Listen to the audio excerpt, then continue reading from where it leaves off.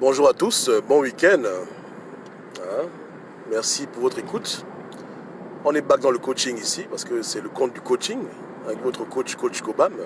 Le coaching de haut niveau, de très très haut niveau. Hein. La division 1 du coaching, le coaching de l'excellence, le coaching de la vérité. N'est-ce pas? Voilà. Euh, Clair et net, droit au but. Vous devez fuir les fiançailles éternelles. Trop de sœurs se retrouvent dans des situations où elles sont dans des relations amoureuses qui se transforment en fiançailles, qui durent 10 ans, 20 ans, 30 ans. Malheureusement, souvent dans ces relations, les couples bâtissent des choses ensemble. Par exemple, le fiancé et la fiancée vont investir dans des projets immobiliers, dans des projets quelconques. Et lorsque les fiançailles sont rompues parce qu'il y a des problèmes, des disputes, beaucoup de sœurs se retrouvent avec des grands chagrins parce qu'elles ont investi dans la vie de quelqu'un en pensant que un jour ou l'autre, elle deviendrait sa femme ou son mari et par la suite, tout s'écroule. C'est quelque chose que tout le monde sait, mais beaucoup de gens tombent dans le piège. Parce que un homme qui t'aime ne va pas attendre 50 ans pour faire de toi son épouse attitrée. Attitrée, c'est-à-dire te donner sa vie, te protéger légalement, faire en sorte que ce que tu as bâti avec lui te revienne de manière équitable si jamais un jour il avait un problème. Il y a des excuses qui sont légitimes, parce qu'il y a des gens qui veulent faire des mariages avec beaucoup d'invités, ils ont un peu des rêves d'enfants, d'avoir une cérémonie bien faite, et pour cela ils se donnent du temps pour économiser, etc. Mais il y a des gens qui exagèrent, qui se donnent toutes sortes de raisons, parce qu'ils n'ont pas l'intention de passer leur vie avec une personne. Ils vont jouer, et quand ils ont obtenu ce qu'ils veulent, ils vont rompre, et la personne qu'ils ont abusée se retrouve avec 5 ans, 10 ans de sa vie à investir dans une relation qui n'allait nulle part. Donc il faut se donner des clés, des points. Dès le commencement de la relation, il faut être clair. Que si on est sérieux pour être ensemble, on a maximum 6 mois ou maximum 1 an pour officialiser notre relation sur le plan de vue juridique, familial, etc. C'est-à-dire qu'il faut avoir déjà en tête son calendrier. Et plus la femme vieillit, moins la date doit être longue.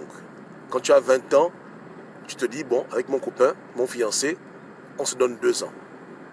Quand tu as 22 ans, on se donne 10 mois. Quand tu as 25 ans, on se donne 6 mois, ainsi de suite. N'est-ce pas? Parce que plus tu vieillis, moins il faut donner du temps à la relation pour qu'elle aboutisse à un mariage. Parce que sinon, on te perd le temps. Tu ne peux pas être là à 30 ans, en train de faire 5 ans de fiançailles avec un plaisantin qui, à 36 ans, il te plaque. Tu vois? Donc, plus tu prends de l'âge, plus tu dois éviter de perdre de temps. Et dire clairement aux hommes qui viennent vers toi que tu n'es pas intéressé par des relations passagères, que tu veux te caser. Donc, si ce n'est pas à l'ordre du jour, passe ta route. C'est tout.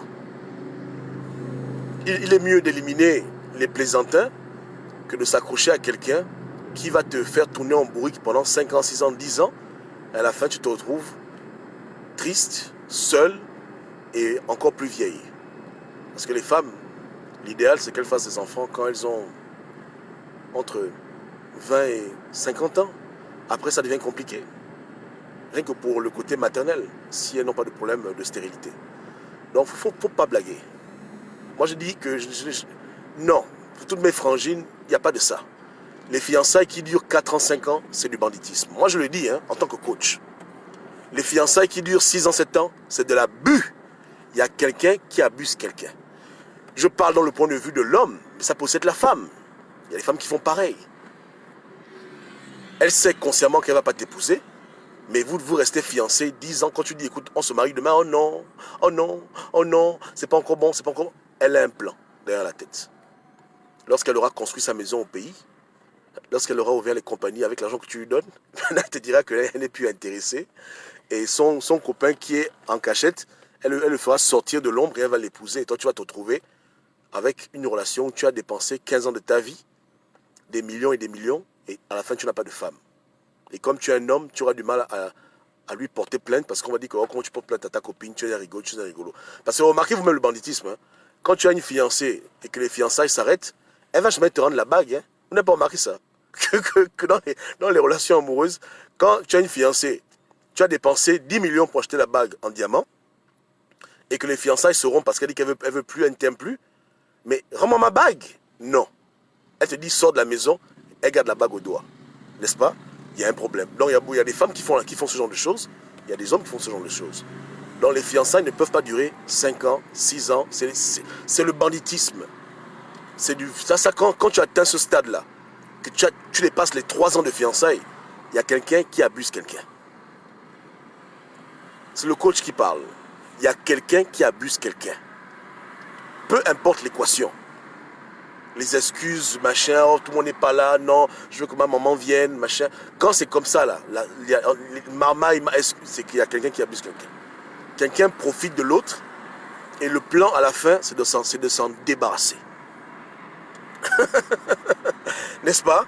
C'est que quelqu'un profite de l'autre et il veut se débarrasser de la personne, donc il profite de ça et puis voilà. Quand il a eu ce qu'il veut, il dit bon, j'ai plus besoin de toi, dégage. Femme comme homme. N'est-ce pas? Donc, non. Voilà pourquoi, mesdames, messieurs, il faut être clair. Ce n'est pas interdit de dire à un homme ou à une femme que je ne compte pas avoir une relation d'amusement. Si l'objectif final n'est pas une relation scellée par le lien du mariage devant Dieu, devant les hommes, ne me perds pas le temps, passe ton chemin. Parce que tu vas perdre un prétendant, mais tu gagnes du temps. Demain, tu rencontres quelqu'un qui est sérieux. Après 3 mois de dragage, quand tu l'aimes, il t'aime. Clairement, vous faites un programme établi pour un mariage, etc. C'est bon. Sur 12 mois, 6 mois, c'est raisonnable. C'est tranquille. C'est pas trop rapide, c'est pas aussi trop pressé, il faut être raisonnable. Je pense que pour moi, entre 8 mois et 15 mois, je pense que ça va. Au-delà de ça, c'est du banditisme. Surtout les gens qui sont fiancés et qui mangent déjà la nourriture du mariage avant le mariage. C'est pas interdit, mais c'est ça le danger. C'est-à-dire que vous couchez ensemble, ton argent, il ou elle en profite, vous êtes déjà un couple, officieusement, ce genre de cas-là, c'est très dangereux. Parce que les gens, après, ils font la paresse. Ils disent, mais si je peux déjà avoir ces bénéfices sans pour autant me marier, pourquoi me marier? Les égoïstes pensent comme ça. Hein? Les égoïstes pensent comme ça. Et voilà pourquoi il y a beaucoup de femmes qui s'alignent un peu avec la pensée divine. Et elles disent que non, plus de relations sexuelles jusqu'à ce qu'on soit mariés. Parce que sinon je me fais abuser. On couche ensemble, tu es content, je te mets à l'aise, mais après, quand on parle mariage, tu commences à parler en chinois, tu parles dans une langue étrangère. Un temps, il faut arrêter. Donc, c'est ça qui fait que les femmes deviennent un peu dures et les hommes se fâchent. Bon, il faut se comprendre. Les adultes ne peuvent pas jouer. Ceux qui veulent jouer, ils vont dans le club où on joue. Ceux qui ne veulent pas jouer, ils doivent être dans le club où on ne joue pas. Mettez les cartes sur table et sincèrement pour dire que voilà le programme. Si ce n'est pas ça, ne perdons pas le temps. N'est-ce pas, non? Et je pense même que dans les temps modernes, il faudra avoir des contrats. Que si dans 1 an, tu ne m'as pas épousé, je te porte plainte. On peut rédiger de tels contrats, n'est-ce pas? À hauteur de tant de millions, parce que tu m'as perdu le temps. Pour dommages et intérêts et abus émotionnels. Il faut le faire. Ah oui, tu dis écoute, tu es mon fiancé, mais si dans 1 an, je n'ai pas la bague de mariage au doigt, je n'ai rien à foutre, je te porte plainte. Donc ne t'engage pas avec moi, si tu sais que tu n'es pas là pour faire du sérieux, tu veux t'amuser, moi j'ai pas l'âge de m'amuser. Donc on signe le contrat, 12 mois arrivent, tu vas devant le juge, voilà, son salaire à la fin du mois, il te paye. Au moins, tu n'as pas perdu quelque chose, tu récupères de l'argent dedans. Donc, il ne faut pas blaguer. Parce que ça fait mal. Hein? Ça fait mal lorsque tu vois une sœur ou un frère qui a investi énormément avec une personne et qui à la fin se retrouve les bras ballants, le cœur brisé et le portefeuille vide. Encore que le cœur brisé, on s'en fout. Tu dors, après tu te réveilles, le matin tu as oublié. Mais le portefeuille vide, ça fait mal. Ça fait mal. Ça fait mal. Parce que un bandit va venir profiter de ton travail. Ou une bandite. Hein? Après, tu vois les photos du mariage avec son copain et elle porte la chaussure que tu l'as achetée. Elle porte les tenues que tu l'as achetées. Hein? Le maquillage, c'est toi qui as acheté. Dans la maison que tu payais, que tu l'as acheté à son nom. Les hommes font ça. Et c'est maintenant quelqu'un qui vient profiter de ton travail. Tu l'as prise quand elle était encore sur le banc de l'école. Tu as investi pour elle de l'argent. Elle est partie, elle est devenue avocate. Elle a un grand salaire maintenant. Voilà, machin, machin. Et maintenant, c'est un salopard qui vient et profite de ça. Et toi, elle ne veut pas t'épouser, elle t'a utilisé. C'est ça qui pousse les gens à prendre le fusil, à aller commettre des crimes passionnels. C'est ce genre de raison.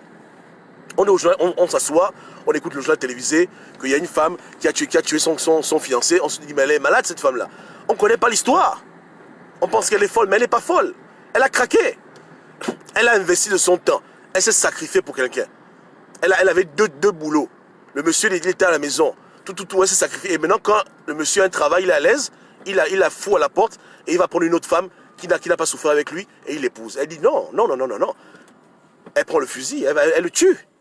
Parce qu'il lui a fait perdre 10 ans de sa vie, 20 ans de sa vie. Souvent, même, il disait que fais-moi un enfant. Il ne voulait pas faire l'enfant. Maintenant, elle va chez le gynécologue dit que madame, vous ne pouvez plus faire l'enfant, c'est fini pour vous. Elle consomme. Après, le gars, il dit, bon, toi et moi, c'est fini. Hey! Elle s'assoit, elle prend le petit fusil, elle va chez lui, elle lui met une balle dans la tête. Écoute, comme ma vie, tu vas faire perdre ma vie, moi, je te fais perdre ta vie. C'est ça qui pousse les gens à faire des crimes passionnels. Donc, pour ne pas en arriver là, il faut déjà mettre des garde-fous et puis ne pas se faire abuser. Vous devez empêcher que les gens vous abusent. Femme comme homme. Femme comme homme, ne vous faites pas abuser par des gens. N'est-ce pas? Quand tu vas dans un restaurant et que tu es là, porte un t-shirt où c'est écrit que si c'est pas le mariage, passe ta route. Ne me dis même pas bonjour sur le t-shirt. Oublie-moi. Voilà. Il faut être clair dès le départ. Et après, c'est bon. On ne veut pas non plus que les gens forcent des relations amoureuses et le mariage, parce que le mariage devrait être quelque chose de naturel. Mais celui qui n'est pas intéressé par une alliance à vie avec toi ne doit pas te perdre du temps. Il y a des gens qui veulent se faire paxer, il n'y a pas de problème. Mais ce à quoi tu aspires, il faut que tu trouves quelqu'un qui est sur le même diapason. Et comme ça, personne n'abuse personne. Il y a aussi des couples, ils ne veulent pas se marier, ils veulent juste être ensemble. Il n'y a pas de problème. Mais ce n'est pas bon d'être avec quelqu'un qui pense à gauche quand toi tu penses à droite. C'est pas une bonne chose. Et si quelqu'un t'aime et qu'il est dans la même pensée que toi sur les principes de la vie, ça va prendre 10 ans avant qu'il officialise avec toi sa vie. Et pas juste pour se marier, mais aussi pour rester ensemble pour la vie. Dans le mariage, c'est pour les gens matures. Sauf qu'aujourd'hui, c'est devenu un truc dans des gens immatures et ça finit en vrille parce que les gens veulent s'amuser, les gens veulent jouer au bandit, tu vois. Il veut profiter de ton corps, de tes mains si tu sais faire à manger, de ta gentillesse. Et après, à la fin, quand il est rassasié, il va aller voir ailleurs, ou elle va aller voir ailleurs. Non. Ah non. Ouais. C'est ça que moi, j'ai toujours à mes frères que, même si tu aimes une femme, je ne veux pas te laisser dépenser sur elle comme si c'était ta femme. C'est pas possible. Parce qu'après, je peux entendre les histoires qu'elle m'a quitté, et elle t'a même pas rendu ta PlayStation. Non. Ouais. On doit aussi conseiller nos frangins, nos frangines pour éviter qu'elles tombent dans de tels déboires. C'est clair que les gens n'aiment pas trop se confier, mais le plus souvent, il faut conseiller la famille. Tu conseilles ton entourage que, hey, attention. Tu appelles ton petit frère, tu dis qu'est-ce qu'il y a? Ouais, tu es où là? Oh, je suis à Dubaï. Avec qui? Avec Valérie. Ah bon? Qui a payé les billets d'avion? C'est moi. Qui fait les courses? C'est moi. Tes économies, non, c'est pour la frangine. Attends, la goula, elle va t'épouser. Ah oui, elle m'aime. Après 2 mois plus tard, elle m'a quitté. Il t'appelle, il pleure. Elle m'a quitté. Mais il pleure pas la go en tant que tel, il pleure son argent. Tu comprends? Il ne te dira pas que non, voilà, Frangin Goba, non, mon argent est parti, il va pleurer. Oh, on dit Frangin, ça va aller, oh non, ça ne va pas. Il pleure. L'argent il aurait pu prendre pour préparer l'avenir de ses enfants et sa future femme, c'est parti avec Valérie. Valérie a tout pris. Il appelle, elle veut même plus répondre au téléphone. Il y a un problème. Donc trop de gens se font arnaquer, trop de gens se font malmener. Arrêtez de nous faire abuser. Non. Ouais, non. Ok. Donc c'était les conseils du coach. Au plus, 2 ans. Ou 18 mois. C'est-à-dire que deux fois le temps de la grossesse. au plus. Au-delà de ça, c'est de l'abus, c'est de l'escroquerie. Quitter ce genre de relation. Donc si tu m'entends maintenant et que depuis 5 ans, ton fiancé te blague, tu dis que papa, si dimanche prochain on n'est pas devant le maire, ne viens plus me voir. C'est le coach qui a parlé. C'est comme ça. Yeke, yeke. Ok, que Dieu vous garde. Ciao, ciao. On est ensemble.